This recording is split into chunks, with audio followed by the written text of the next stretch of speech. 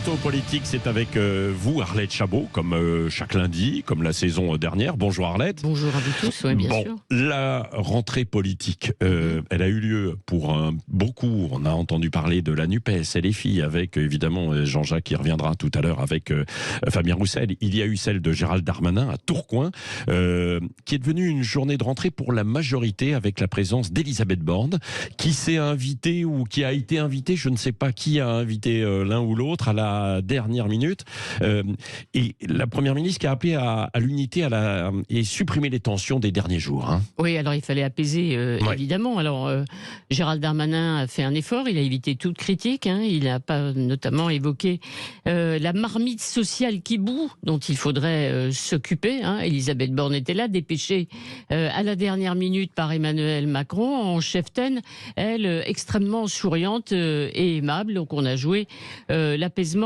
bien entendu, cela dit, Gérald Darmanin a réussi son coup quand même. Il a été au centre du débat politique pendant quelques jours. Et puis, on a compris sa stratégie. C'est simple, hein. Gérald Darmanin, il s'inspire de Nicolas Sarkozy, évidemment. Le fameux Nicolas Sarkozy qui, un an après la réélection de Jacques Chirac, avait annoncé et exprimé très clairement son ambition présidentielle. Tant pis s'il avait affaibli le nouveau président. Inspiré aussi, Gérald Darmanin, par Emmanuel Macron, qui n'avait pas hésité, tout en étant à Bercy, on s'en souvient, en 2016, de lancer son mouvement En Marche, faisant ainsi pression sur François Hollande, l'empêchant d'être à nouveau candidat en 2017. Voilà pour la stratégie. Il ose, il fonce, il avance. Pourquoi ? Parce qu'il sait que la concurrence, on sait, pour la succession d'Emmanuel Macron, elle est à droite.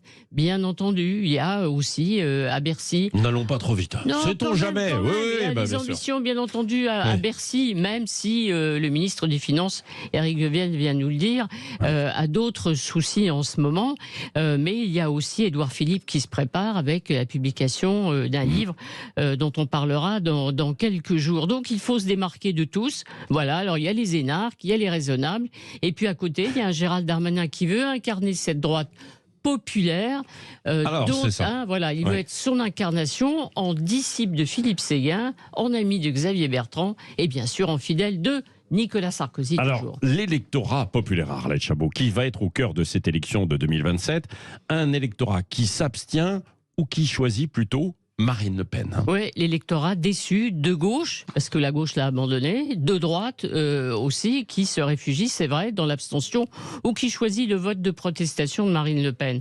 Donc au fond, il y a urgence pour des hommes comme Gérald Darmanin, qui ambitionnent effectivement sans doute d'être élu en 2027, en tout cas d'être candidat. Il y a un an, il disait, Gérald Darmanin, Marine Le Pen et Jean-Luc Mélenchon parlent aux tripes.